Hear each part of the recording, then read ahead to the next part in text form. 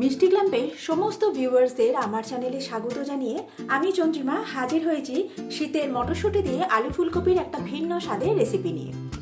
ডিনারে হোক বা ব্রেকফাস্টে একটু হালকা কিছু খেতে চাইলে অনায়াসেই এই সুস্বাদু রেসিপিটা আপনারা বাড়িতে বানিয়ে নিতে পারেন। এটা লুচি, পরোটা অথবা রুটি দিয়ে দারুণ খেতে লাগে। আশা রাখছি আপনাদেরও ভীষণ ভালো লাগবে। তাই ভিডিও ভালো লাগলে লাইক, শেয়ার আর কমেন্ট করতে একদমই ভুলবেন না। এখনও বন্ধুর চ্যানেলটি যদি সাবস্ক্রাইব করে না থাকেন, প্লিজ বন্ধুরা অবশ্যই চ্যানেলটি সাবস্ক্রাইব করে পাশে থাকা বেল আইকনটা প্রেস করে দেবেন, যাতে আগামী দিনের সমস্ত ভিডিওর নোটিফিকেশন আপনাদের কাছে খুব সহজেই পৌঁছে যায়। দেরি না করে চটপট দেখে নিই আমার আজকের রেসিপি আলু ফুলকপির তরকারি। আলু ফুলকপির এই রেসিপিটার জন্য প্রথমে একটা পেস্ট বানিয়ে নেব। প্রথমে মিক্সিং জারের মধ্যে দিয়ে দিচ্ছি বেশ অনেকটা পরিমাণ ধনেপাতা,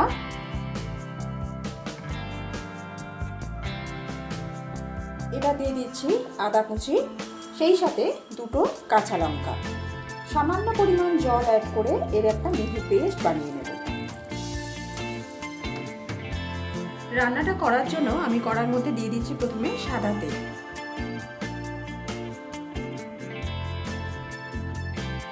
তেল গরম হয়ে গেলে কালো জিরে ফোড়নে দিয়ে দেবো।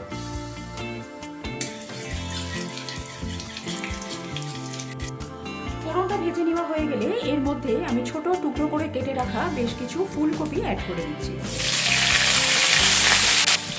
সেই সাথে ছোট টুকরো করে কেটে রাখা কিছু আলুও দিয়ে দিলাম। আলু আর ফুলকপিটাকে একসঙ্গে অল্প একটু সময় নিয়ে ভেজে নেব।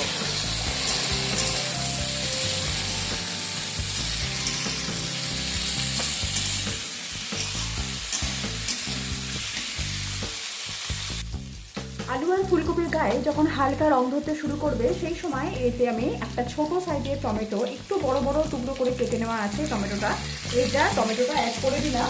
আর সেই সাথে অ্যাড করে দিচ্ছি বেশ কিছু মটরশুঁটি।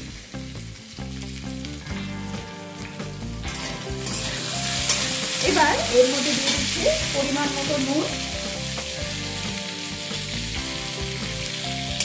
আরও কিছুক্ষণ সময় নিয়ে একটু নাড়াচাড়া করে নেব, যাতে টমেটোটাও অল্প একটু গলে যায়।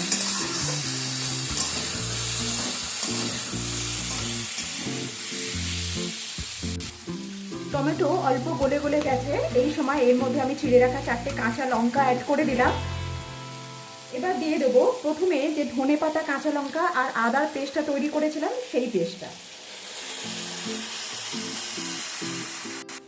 এবার এর মধ্যে খুব সামান্য পরিমাণে একটু হলুদ অ্যাড করে দিলাম।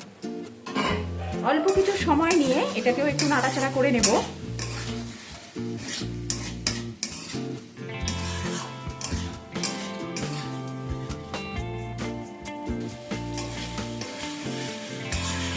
প্রায় 2 মিনিটের মতো সময় নিয়ে সমস্ত কিছু ভেজে নেবার পর এর মধ্যে আমি জল অ্যাড করে দিচ্ছি।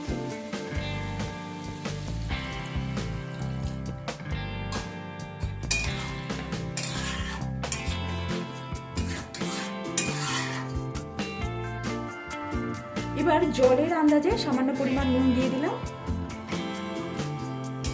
একবার মিশিয়ে নেব।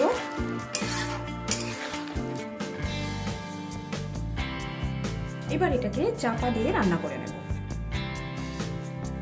সবজি যখন সেদ্ধ হয়ে যাবে আর ঠিক গ্রেভিটা এরকম মাখা মাখা হবে, সেই সময় গ্যাসের ফ্লেমটা অফ করে দেব। তৈরি হয়ে গেছে আমার আজকের রেসিপি ভিন্ন স্বাদের আলু ফুলকপির তরকারি।